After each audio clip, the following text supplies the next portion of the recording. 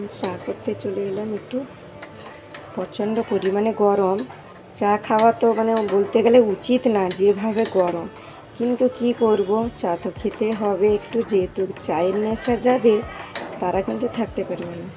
এই ছোট্ট টপটাতে মনে হচ্ছে অল্প চা না বন্ধুরা, সত্যি কথা এইরকম আমার কাছে 3টে না 4টে আছে। তো এইগুলো না আমার বাসন নিয়ে মানে বাসন যে আসে কাপড় নিয়ে দেয়।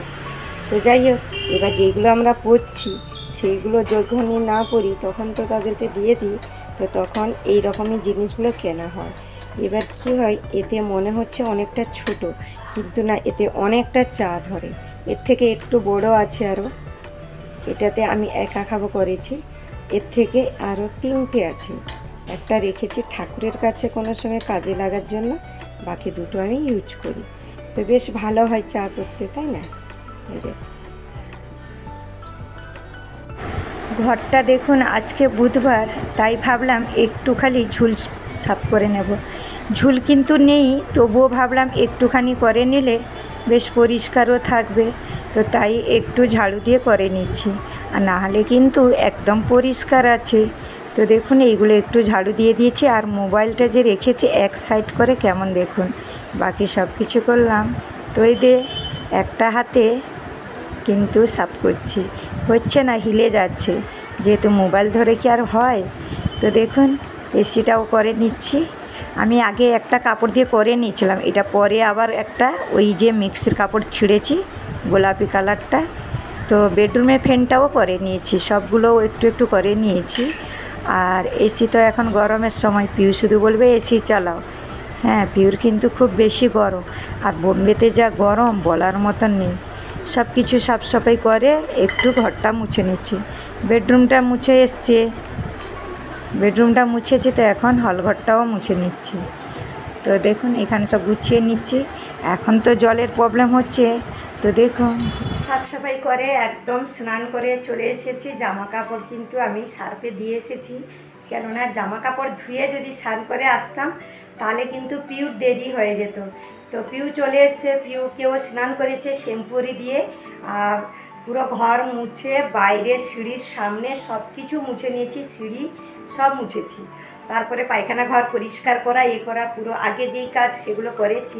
কিন্তু আমি স্নানের আগে জামা কাপড়টা কাচি, আর আজকে জামা কাপড় অনেক আছে, তার মধ্যে পিউকেও শ্যাম্পুরি করিয়ে দিয়েছি, সাবান টাবান ভালো করে মাখে। তো সাবান তো রোজেরই মাখে, কিন্তু শ্যাম্পুটা রোজের করে না, সপ্তাহতে 2বার থেকে 3বারও করায়, কারণ যে গরম পড়েছে, তো বাচ্চাদের তো চুলে নোংরা না, আসলে পুরো ঘেমে যায়।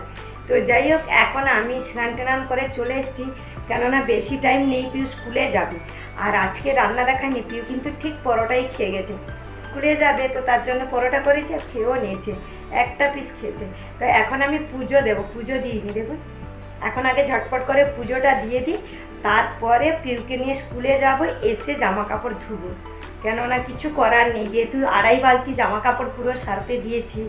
আর পুরো ঘর পরিষ্কার করেছি, যেটা সবটা পুরো আপনাদেরকে দেখাইনি, তার জন্য দেরি হয়ে গেছে।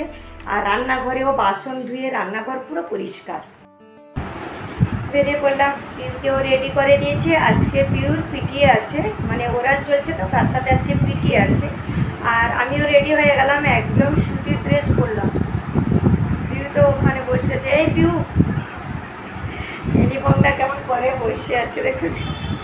তো যাই হোক, ও একটু মোবাইল নিয়ে নিয়েছে, আমিও রেডি, পিউকে রেডি করেছি। আর পিউ এখন টিফিনটা ভরিয়ে দিই, তো যাচ্ছি পিউ টিফিন ভরে নেব, তারপরে চলে যাবো।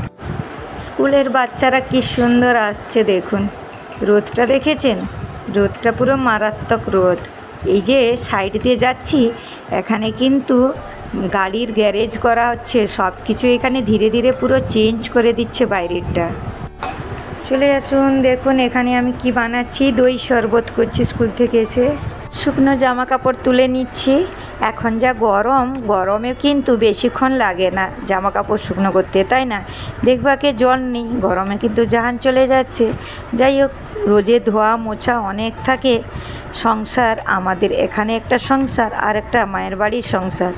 এখন বাবার বাড়ির সংসারটাকে ছেড়ে দিয়ে নিজের সংসার না দায়িত্ব দিলে কিন্তু কথা। এখানে দেখুন নাস্তা নিয়ে এসেছিলাম, পিউ টিউশন যাবে, এই যে পিউ তো টিউশন চলে গেছে, পিউকে দিয়ে এসে আমি আবার বাজারে এসেছিলাম। বাজারে দুধ নিতে এসেছিলাম আর ধনেপাতা, তার সাথে সাথে কালকে বৃহস্পতিবারে ফল নেব, তাই ভেবেছিলাম বাজার করে পিউকে আমি নিয়ে আসব। তো এখানে কলা নিচ্ছিলাম এই যে, আর নারকেলও নেওয়ার ছিল, যেহেতু অল্প ময়দা ছিল তাই ভাবছিলাম যে কিছু কি করে দেবো, নাহলে ময়দা বেশি দিন থাকলে পোকা লেগে যায়। তাই এইখানে নারকেল নিচ্ছিলাম, ঘরেও একটা নারকেল আছে, কম পড়বে হয়তো, তাই ভাবলাম আর একটা নিয়ে যাই। তো এই নারকেল নেওয়ার সময় কিন্তু পিউর ফোনটা এসেছিল, তাই তাড়াতাড়ি ছুটে পালিয়ে গিয়েছিলাম। এই দেখুন নারকেলগুলো অনেক দাম, এখানে কেন বা দেশে কেন প্রচুর নারকেলের দাম বেড়ে গেছেন, বুঝতে পারছে। আর এখানে সেই আলুর দোকানে আমি নারকেল ছিলকা নিচ্ছিলাম সন্ধ্যা দেওয়ার জন্য। এখন কিন্তু পিউকে টিউশন থেকে আমি নিয়েও নিয়েছি, আসার সময় এই ভিডিওটা করছিলাম।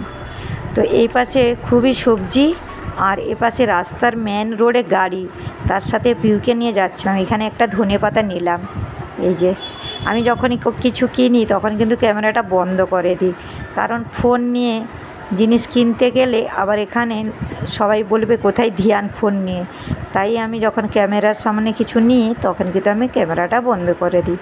এই যে পিউ যাচ্ছে, ব্যাগ নিয়েছে দেখেন, আর আমার হাতে দুটো ব্যাগ আছে, তাই পিউকে তার ব্যাগটা নিয়েছে, একটা চিপস প্যাকেট নিয়ে খেতে খেতে যাচ্ছে। এই দেখুন, যদি চিপস না কিনে দিতাম। পিউ বলছে বারবার কি খাবে কি খাবে, তো ঘরে ময়দা ছিল তাই ভাবলাম যে কিছু বানিয়ে দিই।